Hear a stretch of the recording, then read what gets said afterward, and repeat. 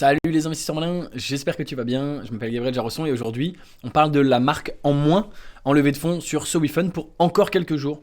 La vidéo arrive un peu tard, mais c'est pas grave, ils sont en prolongation, ils ont apparemment cartonné sur SoWeFund. Bravo à eux, mais maintenant, la question qu'on va se poser ensemble, c'est est-ce que oui ou non il fallait investir dans la marque en moins? Est-ce que c'est un bon investissement? On va avoir une analyse froide à partir des critères d'investissement de Léonis Investissement. On démarre tout de suite. La marque en moins, c'est des produits du quotidien efficaces, sains pour la santé et pour la planète. Donc déjà, on les félicite pour leur engagement pour notre belle planète. Ça, c'est une bonne chose. Mais nous, ce qu'on veut savoir, c'est par rapport aux critères d'investissement de Léonis Investissement, est-ce que c'est un bon investissement ou pas? Est-ce qu'il faut y investir? Donc bien sûr, si tu connais pas mes critères, tu peux télécharger le document complet en description de cette vidéo. C'est entièrement gratuit. Tu pourras les réutiliser pour analyser les startups de ton côté et tu pourras mieux comprendre de quoi je parle quand je parle de ces différents critères ici. Donc ça, c'est toujours bon à prendre.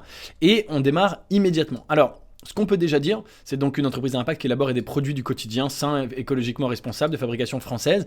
Déjà, on peut dire que c'est des produits physiques. Et donc, tu le sais, immédiatement, quand c'est des produits physiques, ça leur vaut malheureusement un critère négatif ici sur la partie effet d'échelle, puisque nous, chez Léonis Investissement, on n'investit que dans des produits infiniment scalables, c'est-à-dire des produits digitaux.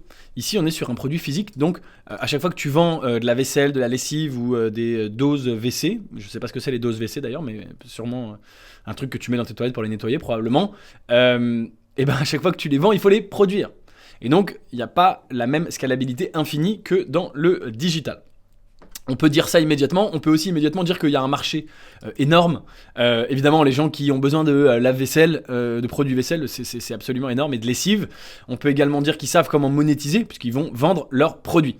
On va se poser la question de la marge, on va se poser la question de l'équipe, de l'attraction, de l'avantage injuste et de la valorisation.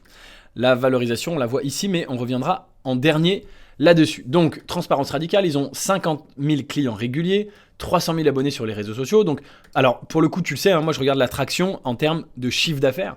Donc, 300 000 abonnés sur les réseaux sociaux, entre guillemets, je m'en fous, même si c'est plutôt bien pour eux et bravo. Par contre, ce qui m'intéresse, c'est 50 000 clients. Ça, oui, ça veut dire que c'est évidemment, que ça vend, qu'il y a vraiment du chiffre. D'ailleurs, on va tout de suite aller voir l'analyse et les chiffres pour voir s'il y a de la croissance. Parce que c'est ça, bien sûr, qui nous intéresse. Alors, comme d'habitude, on n'a que à partir de 2022 et 2023, c'est pas fini l'année 2023, donc on n'est pas sûr qu'ils vont atteindre ça, c'est du prévisionnel, voilà, c'est écrit là. Et donc, j'aimerais bien savoir ce qu'ils ont fait en 2020-2021 pour savoir quelle est finalement leur croissance. Ce qu'on voit, c'est qu'en 2022, ils font un chiffre d'affaires très très respectable, mais en perdant 1,2 million, donc c'est quand même beaucoup moins sympa. Mais on va partir du principe qu'il y a une traction, puisque la boîte quand même atteint 2,7 millions de chiffre d'affaires en seulement quelques années. Et d'ailleurs, ça me permet de faire une transition parfaite, on va aller sur offre.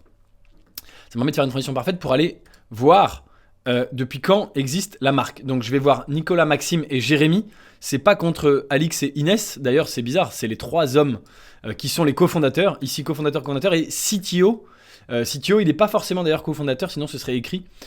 Et ici, c'est créé par Nicolas et Maxime. On va pas aller forcément voir le profil de Jérémy. Et on a Inès et Alix, mais qui sont pas cofondatrices également. Ok, donc ici, on a le profil de Nicolas, cofondateur de la marque en moins. Il a commencé ça en 2018. Et ici, on a Maxime, et lui, il a commencé ça en 2019. D'accord. Donc on est quand même sur une boîte qui a presque 5 ans, mais qui fait quand même 2 millions de chiffre d'affaires, donc je trouve qu'en niveau traction, on est ok.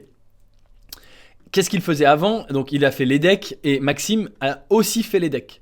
Donc on n'a pas une équipe complémentaire, et ici on n'a pas d'expérience entrepreneuriale préalable, parce qu'il était brand manager avant du côté de Maxime. Du côté de Nicolas, on n'a pas d'expérience entrepreneuriale non plus. Donc malheureusement, ici on a une équipe qui n'est pas complémentaire, on a 2 commerciaux.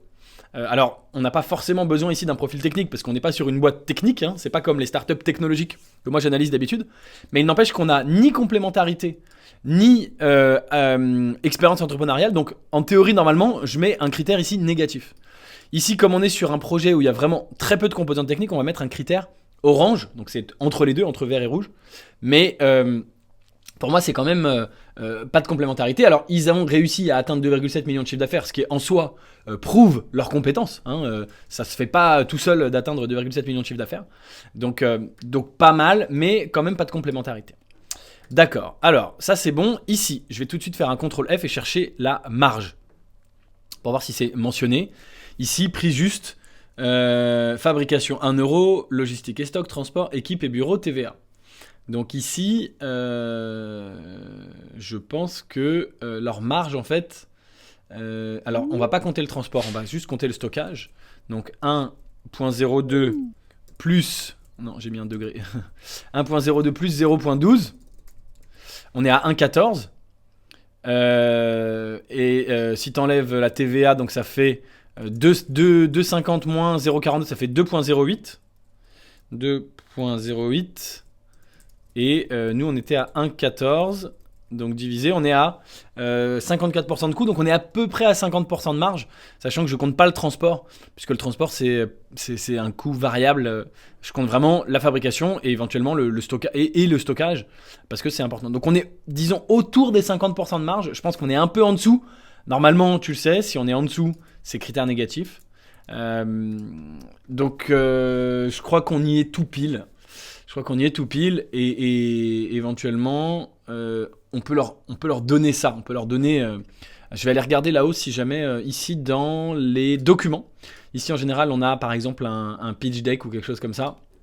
Peut-être que la marge est mentionnée, ou le BP financier, tout simplement. Ça peut être une bonne idée. Tac, BP financier. Et si je cherche marge... Ici, marge brute 36%, 43%. Bon, malheureusement, on creuse et on se rend compte que la marge, elle est effectivement inférieure à 50%. Donc pour ça, ils obtiennent un critère ici rouge. C'est entre guillemets normal. Eux, ils vont te répondre, et ils ont raison, que ben oui, ils font exprès d'avoir une marge faible pour donner un prix juste au client. Et c'est très bien pour nous, le client, mais... Pour nous, investisseurs, dans cette boîte potentielle, c'est pas une bonne nouvelle. Une marge en dessous de 50%, c'est vraiment pas une bonne nouvelle. Il nous reste l'avantage injuste. Alors, quel est leur avantage injuste ? Est-ce que quelqu'un d'autre peut facilement faire des produits, du savon et de la lessive sans la marque ? La réponse évidemment est oui. Alors, le premier avantage injuste qui me vient en tête, c'est leur communauté. Leur communauté, c'est un vrai avantage injuste, c'est indéniable. Maintenant, est-ce que c'est suffisant ? Est-ce que ça empêcherait quelqu'un d'autre de faire la même chose ? C'est une grande question, surtout si c'est un géant. Ils en parlent dans leurs vidéos, que c'est des Unilever, etc. Est-ce que le fait qu'eux aient 300 000 personnes sur les réseaux sociaux les empêche de répliquer ça, alors que, encore une fois, si on prend Unilever ou Procter & Gamble, etc., ils ont peut-être moins de fans sur les réseaux sociaux, je pense qu'ils en ont d'ailleurs probablement autant ou plus, mais par contre ils ont tous les accès de tous les distributeurs dans le monde entier, les magasins, etc. Donc ça, c'est à mon avis pas suffisant comme avantage injuste. Les canaux d'acquisition, c'est la marque, j'en profite pour dire que canal d'acquisition, la marque, ça ne veut rien dire. Bon, voilà. Donc ils ont un petit avantage injuste, honnêtement, leur communauté, c'est vrai. Mais est-ce que ce sera suffisant ? Non, c'est sûr que non. Donc regarde ce qu'on peut faire. On peut dire avantage injuste comme ça. Et tu sais, parfois j'aime le mettre en tout petit. Pour dire voilà, il y a un tout petit avantage injuste. Ah non, là je l'ai mis en très très gros. On va le mettre en minuscule. Voilà, un tout petit avantage injuste. Mais au final, ça suffit pas. Ça suffira pas à quelqu'un qui voudrait créer la même chose. Surtout un gros entrant sur le marché. En plus, ils ont une concurrence de fou. Il y a 900 Care ou 900 Care qu'on a déjà analysé, je crois. Il y a Respire, évidemment, qui est très connu. Puis il y en a plein d'autres. Et encore, ça, c'est ceux qu'on connaît. Puis il y a tous ceux qu'on connaît pas qui sont créés tous les 4 matins. Donc il y a une concurrence énorme parce qu'il y a une forte demande. C'est pas grave d'avoir de la concurrence. Mais moi, je ne vois pas d'avantage injuste. Je ne vois pas pourquoi. C'est forcément la marque en moins qui vont être les grands gagnants à l'avenir. Je dis pas qu'ils vont forcément être les perdants. Mais je dis pas que c'est évident qu'ils vont être les gagnants non plus. On termine avec la valorisation, donc une boîte qui fait 2,7 millions de chiffre d'affaires. Donc ici, on est valorisé, on va le faire dans l'autre sens. Grosso modo, on est valorisé 6 fois le chiffre d'affaires, mais on valorise plutôt une boîte en fonction de son résultat. Ici, on a une perte l'année dernière, très importante, une perte encore cette année. Donc, on voit ici les chiffres. et une perte encore l'année prochaine. Donc pour moi la valorisation est malheureusement trop élevée étant donné les résultats. Il y a certes de la croissance du chiffre d'affaires, mais elle est potentielle, parce que la seule chose qui a été réalisée c'est ça. 2023 c'est prévisionnel, on n'a pas encore les chiffres du 31 décembre, c'est normal, on n'est pas encore le 31 décembre. Donc pour moi une valorisation qui est trop élevée étant donné tout ce qu'on a dit auparavant. Voilà, c'était mon analyse de la marque en moins. Merci de m'avoir suivi jusqu'au bout. Dis-moi ce que tu en penses, d'accord ou pas. Pour ne rater aucune prochaine analyse, évidemment, abonne-toi à la chaîne. Et si tu veux télécharger et réutiliser mes critères d'investissement qui me permettent d'arriver à cette analyse, c'est entièrement gratuit. Ils sont dans la description juste en dessous. Et moi, je te dis à très bientôt pour une prochaine vidéo. Ciao, ciao.